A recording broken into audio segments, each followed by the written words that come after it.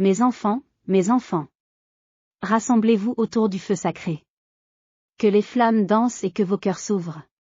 Car ce soir, sous l'œil bienveillant de nos ancêtres, je vais vous conter l'histoire d'un homme qui oublia la première des lois, honorer celle qui nous a portés.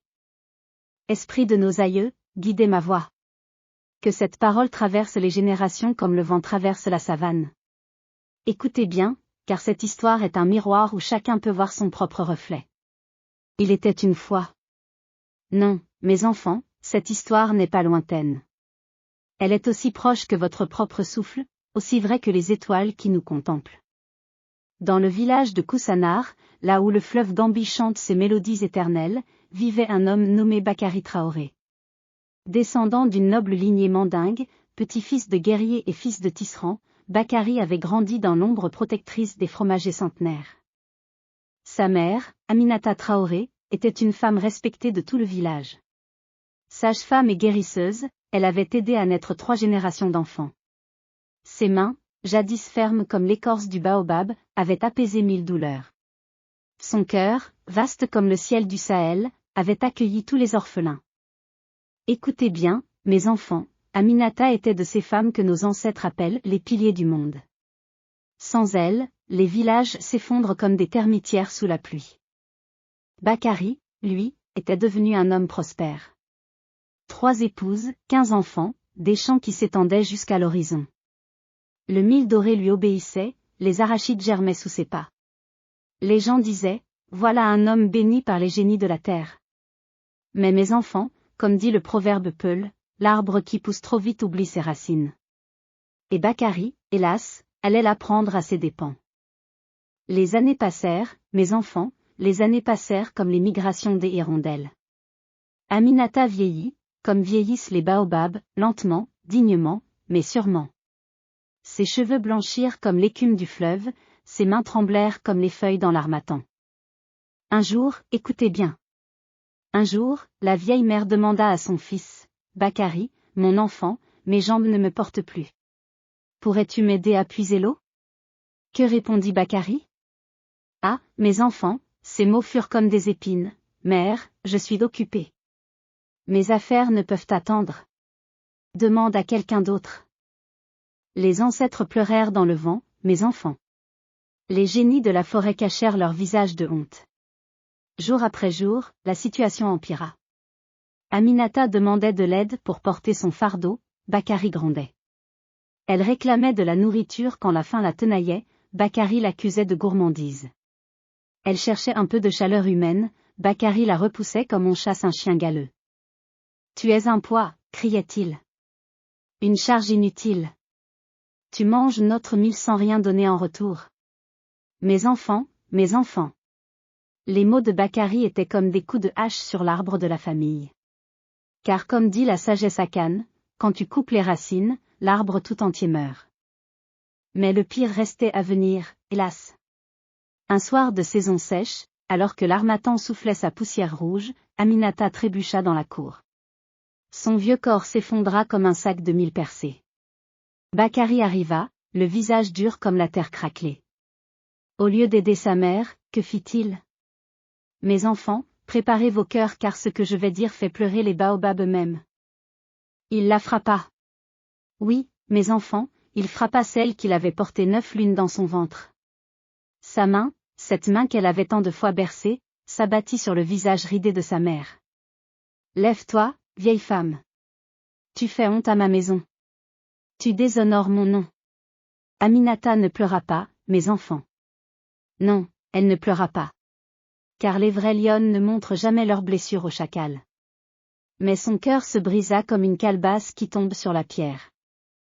Cette nuit-là, agenouillée sous les étoiles, la vieille mère leva ses mains vers le ciel, ancêtre de ma lignée, esprit de mes aïeuls, vous qui veillez sur nous depuis l'au-delà, ce que mon fils me fait, que ses propres enfants le lui fassent.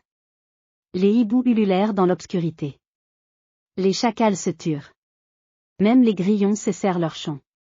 Car quand une mère maudite son enfant, mes enfants, la terre elle-même tremble. Les années tournèrent, mes enfants, comme tournent les saisons. Bakary vieillit à son tour. Ses cheveux blanchirent, ses forces déclinèrent, ses richesses fondirent comme le beurre de karité au soleil. Ses 15 enfants grandirent, devinrent des hommes et des femmes. Et voyez comme les ancêtres tissent le destin.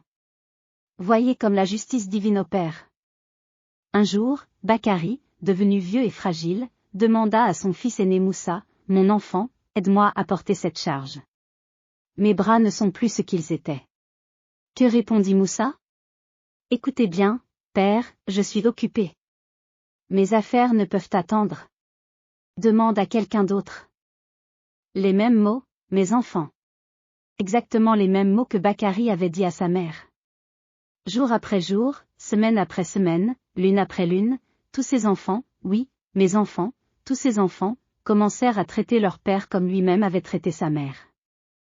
Quand il demandait de l'eau, va la puiser toi-même, vieux. Quand il réclamait de la nourriture, tu manges trop pour quelqu'un d'inutile. Quand il cherchait de la tendresse, laisse-nous tranquilles. Un soir, mes enfants, et mes larmes coulent en comptant cela, un soir, Bakari trébucha dans la même cour où sa mère était tombée jadis. Son vieux corps s'effondra exactement au même endroit. Son fils Mamadou arriva. Et que fit-il? Ah, mes enfants, le cercle était complet. Il frappa son père. Sa main s'abattit sur le visage ridé de Bakari. Lève-toi, vieux. Tu fais honte à notre maison. À cet instant précis, mes enfants, à cet instant même, Bakari comprit. Comme l'éclair déchire la nuit, la vérité illumina son cœur.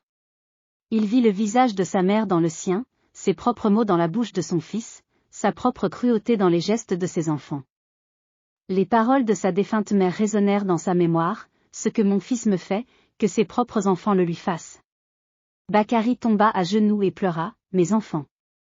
Il pleura toutes les larmes qu'il n'avait pas versées pour sa mère. Il pleura toutes les tendresses qu'il ne lui avait pas données. Il pleura tous les pardons qu'il ne lui avait pas demandés. Cette nuit-là, sous les mêmes étoiles où sa mère avait prié, Bakari comprit la grande leçon. Car comme dit le proverbe Bambara, le bâton avec lequel tu frappes ta mère servira à tes enfants pour te frapper. Il rassembla ses 15 enfants autour du feu familial et leur parla ainsi. Mes enfants, regardez votre père. Regardez ce vieil homme brisé que je suis devenu. Vous me traitez comme j'ai traité ma propre mère. Vous me rendez la monnaie de ma pièce. La roue tourne, mes enfants, la roue tourne toujours. J'ai été un fils indigne. J'ai oublié que ma mère était mon premier temple, ma première maison, mon premier univers. J'ai levé la main sur celle qui m'avait donné la vie. Et aujourd'hui, vous levez la main sur moi. Mais mes enfants, brisons cette chaîne. Que cette malédiction s'arrête avec moi. Car si vous me traitez mal, vos propres enfants vous traiteront de même. Et ainsi, de génération en génération, notre famille portera cette malédiction. Les fils et filles de Bakari pleurèrent en entendant ces paroles. Car la vérité, mes enfants, la vérité brûle parfois, mais elle guérit toujours. Dès le lendemain, ils changèrent leur comportement. Ils entourèrent leur père d'amour et de respect, comme lui-même aurait dû entourer sa mère. Et Bakari consacra ses dernières années à honorer la mémoire de sa mère Aminata. Il construisit un puits en son nom, planta un baobab sur sa tombe, et raconta à tous son histoire pour que d'autres ne commettent pas sa faute. Mes enfants, mes chers enfants. Cette histoire s'achève mais son enseignement demeure. Car comme le dit la sagesse Yoruba, celui qui crache vers le ciel reçoit ses crachats sur le visage. Retenez ceci, nos parents sont nos racines. Sans racines, l'arbre ne peut vivre. Celui qui coupe ses racines se condamne à mourir. Honorez votre père et votre mère, mes enfants. Honorez-les quand ils sont forts, respectez-les quand ils faiblissent, chérissez-les quand ils vieillissent. Car un jour, écoutez bien. Un jour, vous serez à leur place. Et rappelez-vous le proverbe Swahili, traite tes parents comme tu voudrais que tes enfants te traitent. Car tout revient, mes enfants, tout revient. Le bien comme le mal, l'amour comme la haine, la tendresse comme la cruauté. Que les ancêtres bénissent vos familles. Que l'harmonie règne dans vos foyers. Et que jamais, jamais, vous n'oubliez d'où vous venez. La parole est dite. L'histoire est contée. Que chacun l'emporte dans son cœur comme une graine précieuse. Allez en paix, mes enfants, et souvenez-vous, Ubuntu. Je suis parce que nous sommes. Que les esprits de nos mères et grand-mères veillent sur vous.